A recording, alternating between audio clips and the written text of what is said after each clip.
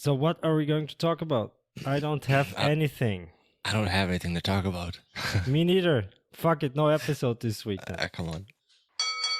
Ladies and gentlemen, get ready for it! Ultra Podcast!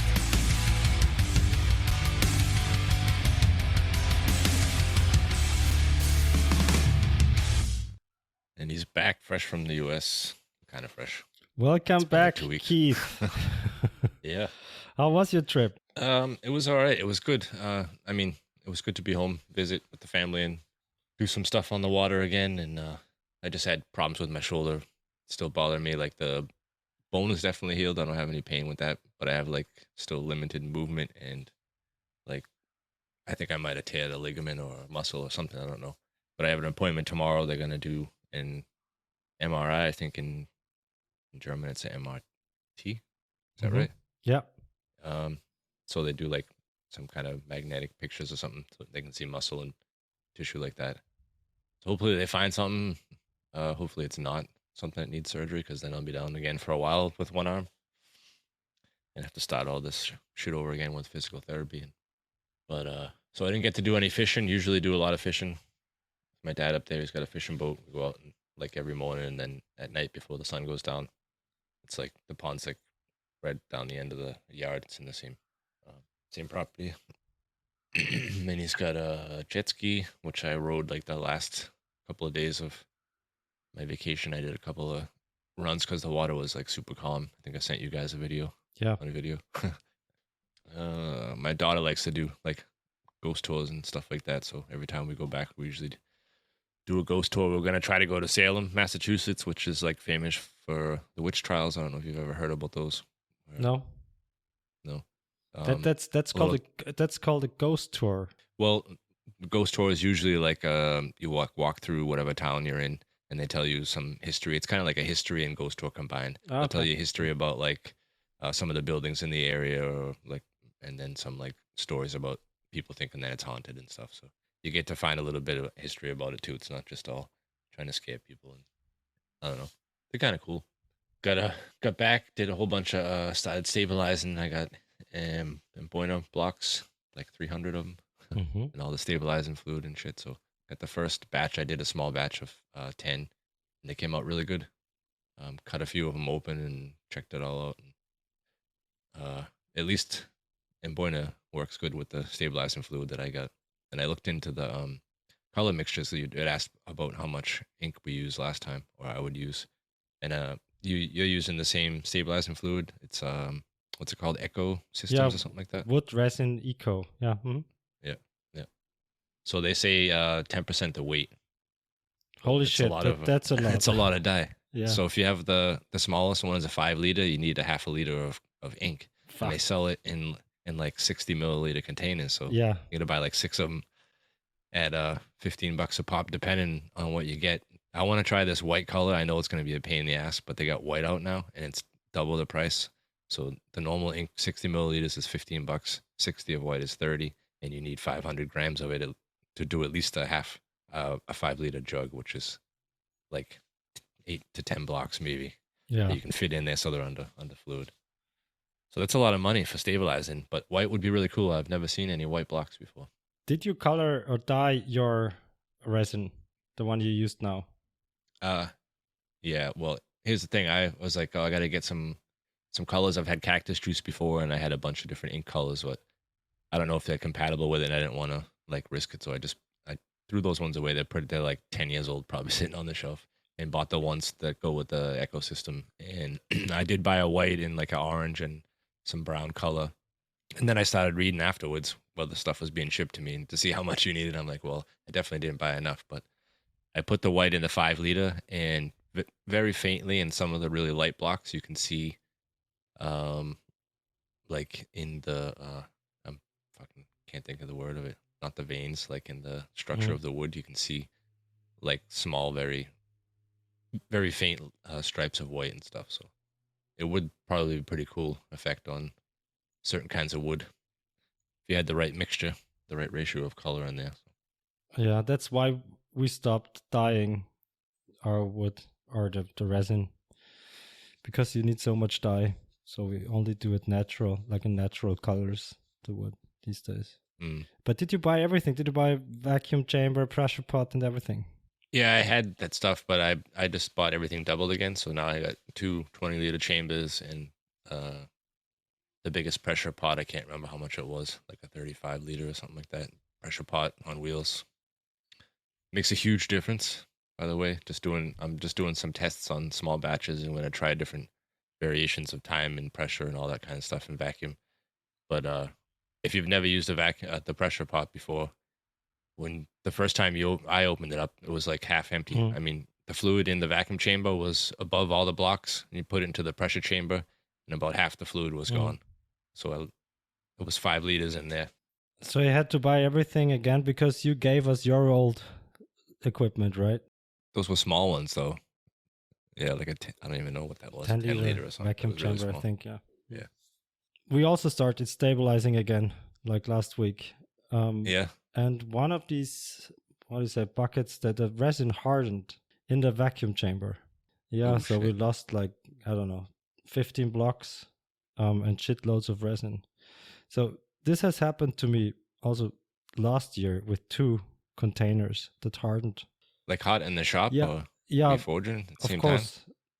But it's like Yeah. it's 40 degrees or something, and that might have been too warm for the resin. Yeah, because our vacuum chambers are upstairs, and upstairs it's a bit warmer when we're forging. And it, as I said, one of these containers hardened. Last year it was even maybe 2 or 3 even, so that hardened on us in the vacuum chamber, which sucks because then you open the lid and all the stuff you can't. I mean, it's ruined after it's hardened. But it cures at what I think it cures at 95 degrees. It's Or 90, supposed to cure like at 95 degrees. Yeah. Okay. But it's not fully hardened.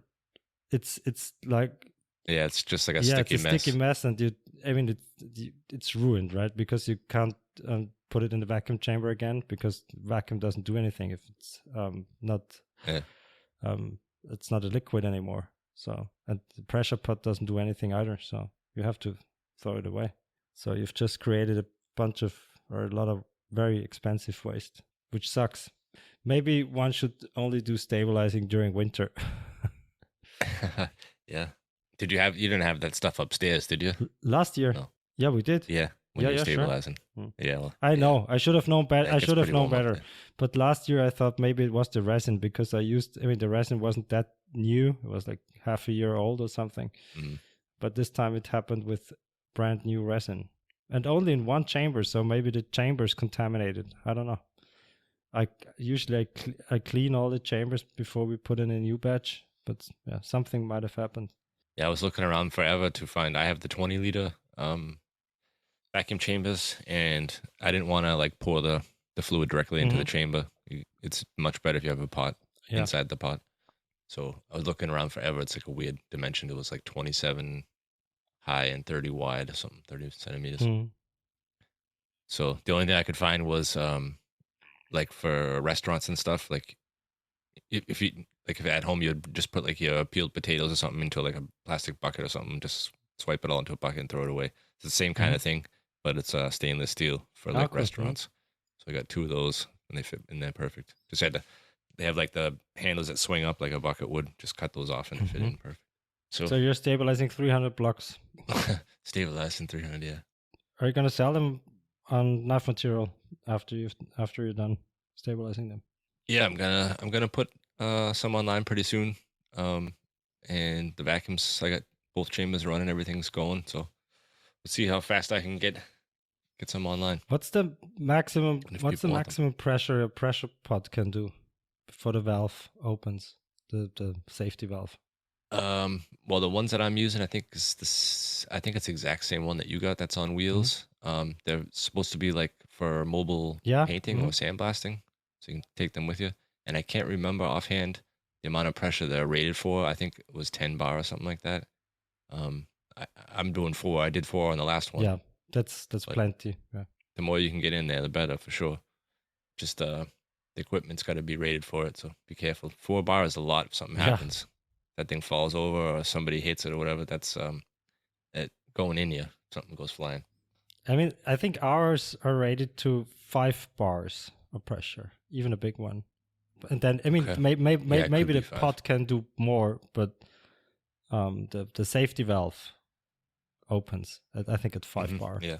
So we also run it between 4 and 5 bars a bar. That's why I'm asking.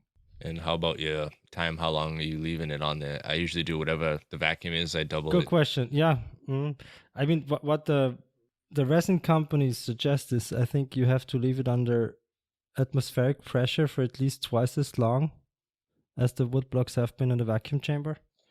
So if you leave it in the vacuum chamber, let's say for 2 days, then you should leave it for under atmospheric pressure for 4 days. But you can shorten the time when you increase the pressure, right? So if you're running 4 bars, that's 4 times atmospheric pressure. So you might be able to do it with like a fourth of the time you would have to do usually. Yeah, but I get you.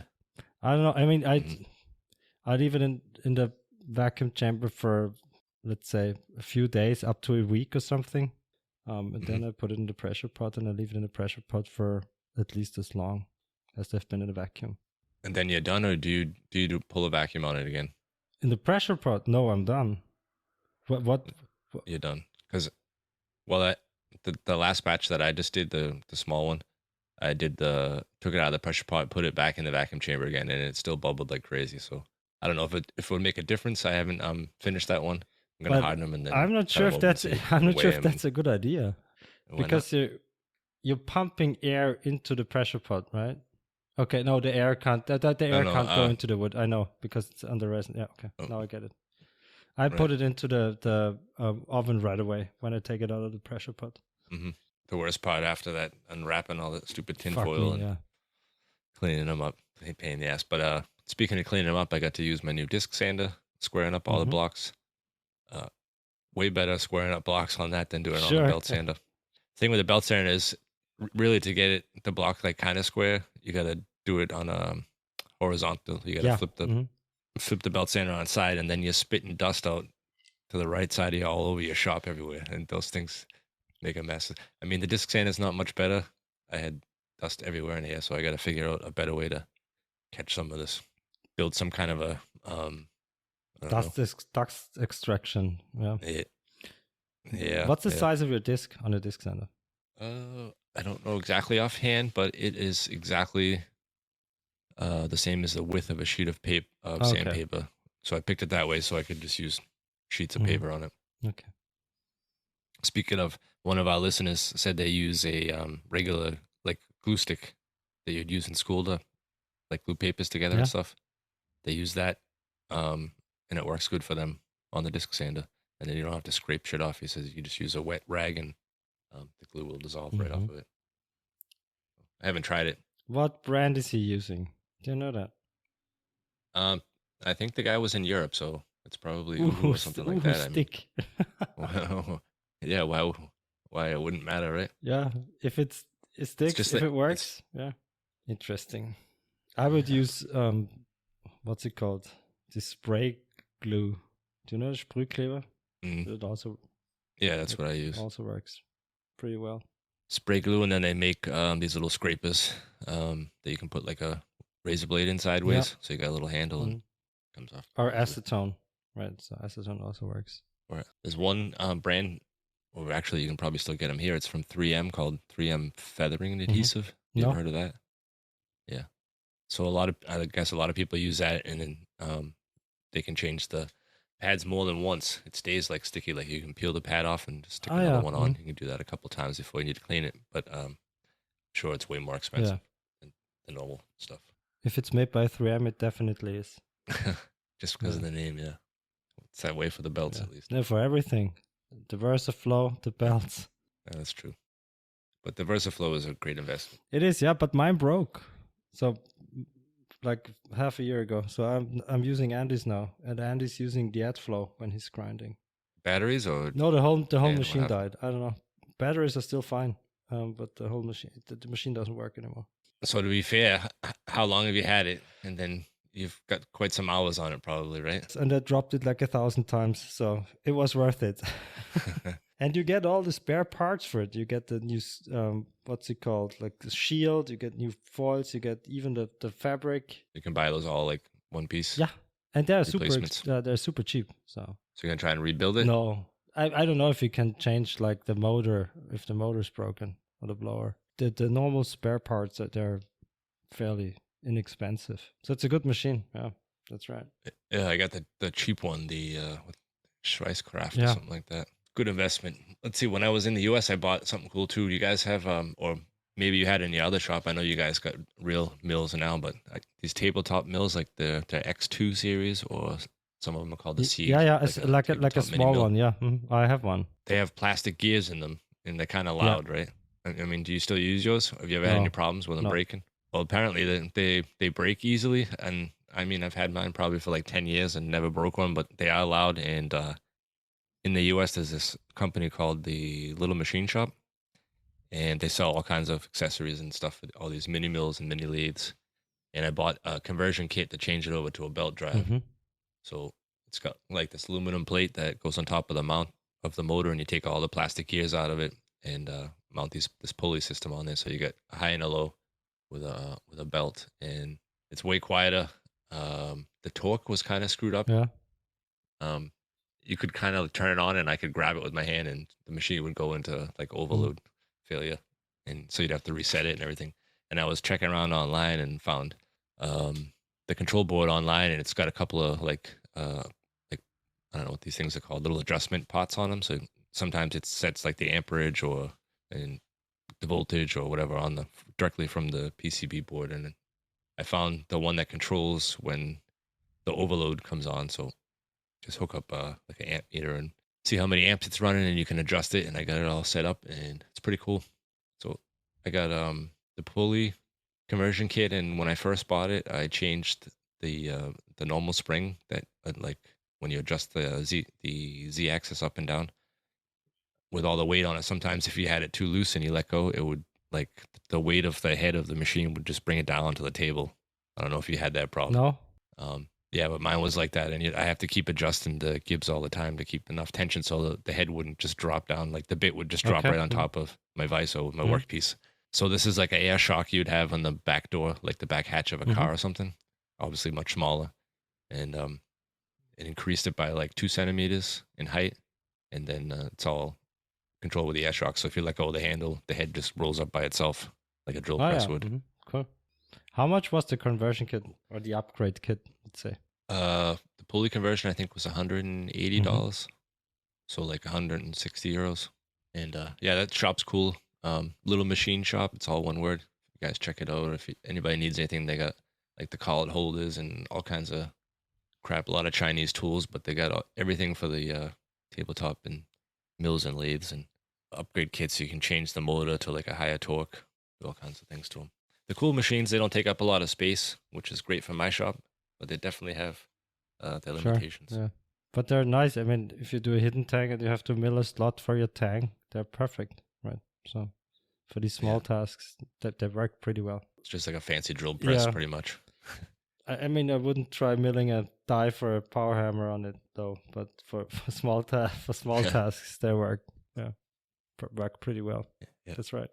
So what else happened? What else have you been doing in the US? In the US, or over here? I mean, yeah, I did a lot more when I got back here. I'm working on a little color sample, like keychain, like a key ring with all the G10 color samples on it. Give to my full-time knife makers. So like, got a few new colors coming in, so I'm gonna wait before I get rid of them. The famous ForgeWorks color, the Tiffany. Yeah, Tiffany. Gonna get Tiffany in all the liner sizes and a couple different thicknesses. I got some of the semi-transparent Kydex showed up while I was gone. I sent a piece of that to Chris from ForgeWorks. He's gonna try it out. He's never done it. I've never seen it. Grip X's. You've never seen it before? I've never seen a finished sheath made out of semi-transparent Kydex. No. Yeah, I've never seen one in person. But I saw it on your Instagram that you're selling it now. Yeah, I've never seen it in person. I've seen it online in some pictures from other makers. It's kind of like more like a milk glass, I guess. Like if middle sure. classes. If they made it transparent, it would be impossible to finish a knife because you'd get a scratch in there and it would show up through it. So any little like tiny fine scratches and stuff on the back, the shiny surface on the back while you're working on it don't show through. So I imagine that's the reason why it's only available in milk glass. But it looks cool. In bags, I wanted to ask you about knife bags, and maybe listeners, if they had any input, could shoot me a message. I'm gonna try and get some bigger ones. A lot of people that are doing bread knives and stuff couldn't fit their bread knives into the 40 centimeter bag, which is the biggest one I got. I was going kind of maybe add 50 centimeter. I think that will cover everybody's bigger knives. Yeah, maybe even bigger if they're available. Yeah, maybe bigger. Do you have sometimes that are bigger than that? We do. I mean, obviously swords and shit like that, but are you making bread knives or anything that's longer than 50 centimeters in total? I don't know. Maybe like a small tuna sword, like a takuhiki, they're usually a bit longer than that. I mean, 50 centimeters covers a whole lot of blades. I mean, that's for sure. Yeah. I don't think you're going to make a sword and then put it in a bag, though, right? Nah, that's right. You're usually building a sheath for that. That's true. That's true. You might not need a knife bag. I mean, we need shitloads of knife bags for our students, but the fancier knives, they come in boxes and come with sires and sheaths anyway. So, but if you do classes, every student gets a knife bag. So we need shitloads of these for our students. And they are not allowed to build longer knives. Or knives that are longer than, let's say, 40 centimeters in total. And what's the reason for that? Because we don't have any knife bags that are longer. No, that's not the reason. Well, now you will. No, that's not the reason. Because they still need to hand sand the blade and stuff. And we are limited by the side of our oven, the even heat, because we don't use the large one for our classes for heat. The one we use for hardening swords and stuff. I think the maximum, I think it's 45 or 50 centimeters in total. That's the maximum size there. Yeah. So you got to talk with Mini Hell and see if you can get a longer oven for those kind of things. Yeah, we might. I mean, not for these kinds of things, but for forging, we need one for forging kumai billets or copper Damascus. Because last week Kurt was visiting, and there we saw again that we need a bigger oven, because Kurt Glatt, I mean, right? It's from Glatt Knives. So he has been on this show. Yeah, I think I'll listen to remember he's that the episode. one who did not flush. So yeah. And he was forging very large copper Damascus billets, and that's a pain in the ass if the oven is not big enough or long enough, right? Because we forge all our Damascus or copper Damascus billets in our electric kiln. And when they get too long, it's a pain in the ass to put them in the oven, because then you have to leave the door open, and you lose a lot of heat and stuff. So you're fighting the whole time. But I want to say something about Kurt Glatt, but before we get into that, we have a message from Paulius here. Yeah. I'm going to play it for you. I just wanted to say, kilns. Nobody does the ads like I do. Please go to minihell.eu, because they have the next kiln for you. Use WF55 at checkout to save 5%. And it's just great kilns, great prices, and they are sponsoring our show. So, hooray! Yeah, Mini Hell guys, go check them out. But I wanted to say about Kurt, he looked like he was working on Damascus with Procut. Yes, like Apex and Procut. Chevron. He was not just working on it; he was successful at it. So that's gonna be sweet. He did a Apex Ultra Procut. I think it was 90 layers or 120 layers or something. Chevron Damascus billet, or maybe a few billets even, not just one. And it turned out pretty nice, I have to say. I'm super jealous that he was the first one to do it. Where did he get the Procut from? From the US. He imported it himself. It was super expensive. He told us how much he paid. I forgot, but it was extremely expensive, because the shipping was, I think, 200 euros, and there was customs, and there was super expensive. Yeah, well, everything goes good, and about October, hopefully, if everything goes right, I should have 1,000 kilos. Nice. So get ready. We are.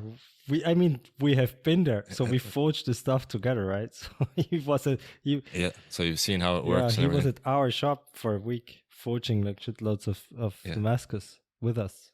We did it in a canister, which was interesting because usually people weld it, either shot or do whatever, or use sheet metal or something.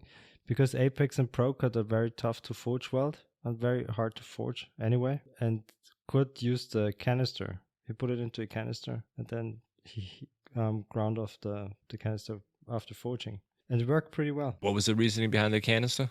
To keep the air out, to make for a better forge weld. Because you can't forge weld, or maybe you can, but you shouldn't use TIG welding to weld your Apex and Procut completely shut like you would do with 15 and 20 and O2, like the standard high carbon Damascus combination. There you can use TIG weld. That's what we do when we do classes and when we make our own Damascus. So we TIG weld the whole thing without filler. So we fuse the whole thing completely airtight. But you shouldn't do that with Apex and Procut. So you have to use some other kind of method to keep the air out to make for a cleaner and better forge weld. And he used the canister. And why should you not do it with Apex and Procut? TIG welding, you mean? Yes. Because Apex and Procut, I mean, I think it's common knowledge that Apex doesn't like TIG welding, right? So that the weld seams might crack, and you might get air in, and you might ruin the steel or something. And even Toby Hungler suggests using MIG-MAG welding if you do like laminates with Apex or Damascus with Apex. Is it welding at a lower temperature? It is welding. Yeah, it's welding at a lower temperature. Yeah. So the weld itself is too hot, and you're creating like micro fractures in there to begin with before you start forging, which end up spreading on you. So TIG welding temperature, the arc is between 11,000 20,000 degrees Celsius. Much lower. Workpiece temperature 1,370. That's TIG welding. I'm asking ChatGPT. Yeah. I follow the instructions of the professionals, and if Toby Hungler says don't use TIG, I'm not using TIG. Yeah, it's good advice. So he made steel to take home. You guys didn't finish any blades. Shitloads of steel. He only made steel. I don't know how many billets, but it was definitely worth it for him. He spent, I think he arrived Tuesday and he left Sunday. So he spent like 5 days here. He didn't do any work on Sunday. But the drive is so long for him that he decided to go or leave Sunday morning, not Saturday evening. So he was working, let's say Tuesday, Wednesday, Thursday, Friday, Saturday, 5 days. Or let's say 4.5 days. Yeah. And he made shitloads of steel. Like very cool stuff. Copper chevron, Apex, Procut chevron, chef cut core, Procut core, Apex core, all kinds of stuff. He fucked up a mosaic Damascus billet and he fucked up a few stainless steel billets. But other than that, it was very successful for him, I think. We forgot how many billets he made and how much they're worth, but it was shitloads of money. And he brought his own steel with him, so he didn't have to buy steel from us or pay for steel. So he brought everything with him. He even brought his own tongues for forging. I think he's done that before with you guys. No, right? Came and made some steel. It was the first time. No. He visited us. Oh, yeah, he did. After Knife Show Austria. You're right. You're correct. He was but only for like a few hours or 1 day, maybe. Yeah, after Knife Show Austria, he visited us. But he dropped by to see his power hammer because he bought one of our power hammers, the Kuhnreiter 34 kilograms. And he wanted to see it first. So that's why he came by after Knife Show Austria to see the power hammer. So yeah, you're right. And were you guys restoring that one? Or? Yeah, we were restoring it. So we were almost done when he was here. And we even laser engraved the dies with his logo as a surprise. So he got his brand new looking Kuhnreiter power hammer with his logo on the bottom die, laser engraved on the front. Cool. Yeah. And he enjoys the machine a lot. That's what he told us when he was here. And he's moving shop, so that he might have even more space for other machines soon. Nice. You guys could get a couple of professionals to come by and do that every once in a while. That's cool to have them working in your shop when you got guys who know what you're doing. You don't have to watch them so much. Yeah, and it's always fun. I mean, make a shitload of steel. And we like these people, you know. So we take them out to dinner. Yeah. That's always we take them out for drinks and stuff, and we try to show them a good time when they're here. Yeah. You took him out for dinner on a lake or something? Was he was there was that too. Different? Right. That also happened last week. I forgot. Tell us about the 5-star Michelin restaurant it's not a 5-star Michelin star. There is no 5-star. There's no 5 Michelin stars. There's only 3. But we are friends with Jörg. I've talked about him on the show like a few weeks ago. And another friend of ours is Mark, and he builds like these fancy tables. So like kitchen tables and stuff. Dining tables. He was at the old shop with you guys, right? No. Maybe he was as a visitor, but not as his workshop is somewhere else. So he has his own workshop on the countryside somewhere. And he has this marketing and film guy who gets paid every month, like a flat rate from him. And he has to do videos, and he has to come up with these crazy video ideas. And one of these ideas was to have like a dinner in the lake, because in Matze, that's a lake close to our shop. And there is this very shallow area. It's called Römerstraße. So there was an old Roman street going through the lake, and the water is very shallow there. So it's like 30 centimeters or something. And he put the table there, and he asked Jörg, a 2 Michelin star chef, to cook dinner on the lake. So he brought his barbecue equipment, and he prepared dinner on the lake. Well, it was standing in the water. Did you guys have your table that you ate on and chairs and everything? Yeah, in the there was water 2 tables there and 2 chairs. No, plenty of chairs, but 2 tables. Yeah, and he was cooking on one table, and people were having dinner on the other table. And Kurt was also there with us. Nice. Which sucked because it did not suck that Kurt was there, but it was raining so heavily the last couple of weeks, so the water was way deeper than usual. So usually you can walk out there, right? But the water was too deep, so they had to use boats to bring the tables there, because the Römerstraße, so this Roman street, is in the middle of the lake, right? So it's not close to the shore, right? It's in the middle of the lake, so they had to use boats to put all the equipment to bring all the people there. Yeah, and I didn't bring my shorts or anything, so I was standing there in my jeans, which in your jeans and your work boots. No, I took off my boots. I mean, that would have been stupid. So you got a free dinner because they needed to do it anyway Exactly. for a video. And they needed like people on the video, so that's why we're friends with all of these people, so that's why we were there. Yeah. People gathered on the shore, like watching and wondering what's going on. Yeah, not just on the shore. There was people on boats and surf boards asking us what we were doing, because I mean there was a camera guy there with the drone and with camera equipment and everything. So it wasn't undercover, right? So it was pretty clear that there's something happening there, and that's why they stopped and they asked us what we were doing. And I told Kurt that that's not a common thing to happen, so that he doesn't get the wrong impression that we're like these crazy motherfuckers who do like crazy shit all the time. That's also very unusual for us to do something like that. See, kids, forget about school. Work with your hands. You can have dinner out in the middle of the lake with Michelin-style restaurant cooks and shit. Yeah, at least once. Yeah. No, but we're close friends with Jörg, so we're making all kinds of projects together and working on projects together. So, and he's a fantastic cook, obviously. What did you guys have? Wow, what's it called? I mean, steak, obviously. Then asparagus, I think it's called asparagus. Yeah. Mm-hmm. Tuna. Then he made this. I forgot. I mean, it's so many fancy ingredients. I forgot most of these. Bread, of course. Yeah, but it was good. Cool. We should do a podcast like that in the middle of the water. Yeah, the table. But it's very dangerous for equipment, right? If you have like camera equipment or computers and stuff. So even drones.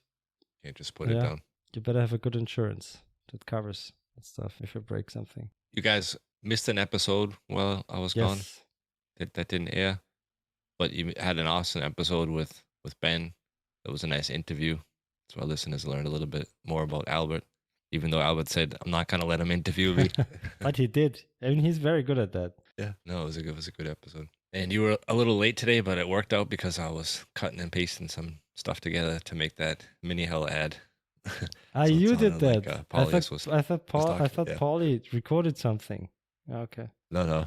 I just went to some old episodes and pasted some shit. Because together. he didn't say, and now back to the show.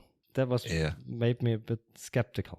So next week he'll be back with us, right? That's the plan. He will hopefully be back with us. Right now he's got a huge project going on. I don't even remember how many knives he was making, but he's got to finish this up by the end of the week, and then he'll be back with us. And then under a new name, right? Hopefully. Yeah, we will see. Did we get any feedback or recommendations from our listeners? Not customers, listeners. I didn't get any. I think Paulius got some. I don't know if there's any serious ones in there. I know he told us some of the ideas that he got a little while back. But we were trying to find something that's a little bit easier to search for online for people who in the Instagram bubble, I guess. Mhm. So what's going on with you guys in the shop? Anything new? Got some new equipment coming or projects? Or No, not really. We are working on the top secret project I was talking about in the after show for our patrons. Yeah. And we've sold quite a few of these knives already. So we're building 10 and I think 4 or 5 are gone already. That was a really good after show too, by the way. If the patrons haven't listened to it, I went in and had to download it so I could listen to you guys. That was a good one. Lots of information about all these secret projects that Albert keeps talking about. He spilt his guts a little bit on that one. Hopefully, he doesn't get into trouble. No, it made it to the after show for like our patrons, and they're not gonna tell anyone. So I hope. And I mean, it's soon gonna be very, very official anyway. So nothing's gonna. I hope nothing's gonna happen now, right? I got to go back and listen to some of those prices and things that you beeped out. and have to download it from the post. I'll tell you in this after show if you want to know. Yes. Yeah, but prices. With projects like these, prices are difficult, right? Because first of all, it's not cheap, and second of all, not everyone's paying the same price for various kinds of reasons. So we've been working on these. So we've been forging shitloads of mosaic Damascus. Mm-hmm. Then we have a project coming up. When this airs, it's almost over because the camera crew and an Austrian TV station is coming by to visit us and make a small documentary about us. So we're working on a special project for them because they want to film something special. They don't want to film like when we are making or while we're making like a 150 layer Damascus chef plate. Yeah. That doesn't interest them. So we're building massive fighting knife out of chevron kumai cladding and Damascus core with a bolster out of chevron Damascus and an end cap made out of mosaic Damascus. So very fancy blade that we're working on or preparing this blade because they're coming by I think on Sunday. So like in a few days. Mm-hmm. So we have to finish this one with an antler handle. So it's like my favorite material to work with. I hate it, but it looks nice because it has the right curve you need for your handle, right? So Kyle Royer did a few of these, like fighting Bowie knives. Yeah. So this style, so very similar, but with our own Damascus. The Damascus looks super awesome. So I did the grinding or some of the grinding today, like the false edge on top, and it looks super awesome if you have like a chevron copper layer, outer layer, and a Damascus core. It looks very nice because the chevron pattern, the copper chevron pattern gets all pointy towards the tip, but you have the core material going around it, so it looks super nice, I think. And the core Damascus is random pattern? It's random pattern Damascus, yeah, with a thick layer of O2 between the core and outer layers. And of course copper, like a diffusion barrier.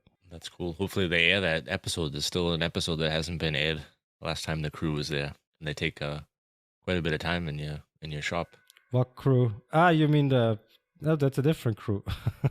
Well, still camera crew. They come and for what you get to see on TV, they spend, I don't know what they there last time, like 4 days or something. A week. Last time they spent spent like 6 days at our shop. Yeah. Yeah, for like a 20-minute episode. I think it's gonna be 35 or 45 minutes or something. But this time they're only gonna spend 1 day with us. I hope, because that's what he said. And then when they're in there, they just take over the whole shop. Like, all right, you guys over here, take a break. Everybody out of the shop.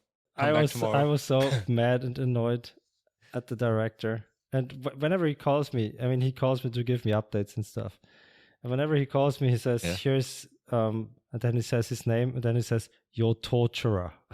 I remember because when these film crews are here and they have a director and stuff, you have to do the same shit like 10 to 15 times at least, right?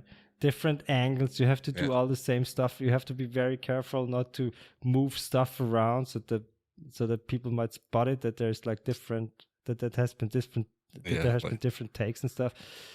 Ugh. Yeah.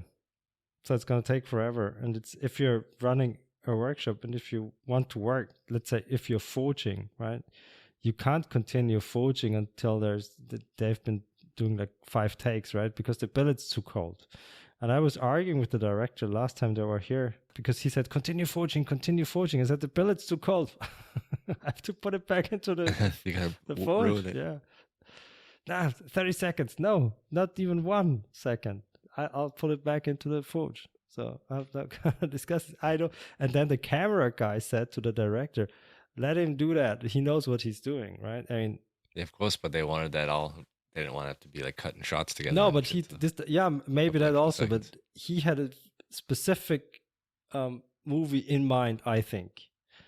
And I mean, standard director attitude. I think he had this movie in his mind, and he wanted us to act like we were actors in his movie, right? So, but that's not how our action works. Especially, I mean, if you're not a bladesmith or blacksmith, you can't make a movie. Right? That's somehow accurate because he has all these various ideas and he doesn't know shit about bladesmithing or blacksmithing. Yeah. It should be the other way around. But I mean, I told him, let me explain what's supposed to happen or what we have to do to make a blade or knife, and then you can adjust your movie to that, or your scenes or the scenes you want to film. I think you even told me last time, like when he's putting it together, the final cut and everything, he called you a few times to make sure that he like put things in the right order and didn't say. Yeah, that was the first. That wasn't true about Bladesmith. Yeah, that was the first movie they made about us, because or documentary. Now there's been like 3 or so. But the first movie, he called me and he read the whole text to me, and I had to comment on it because he did some research himself.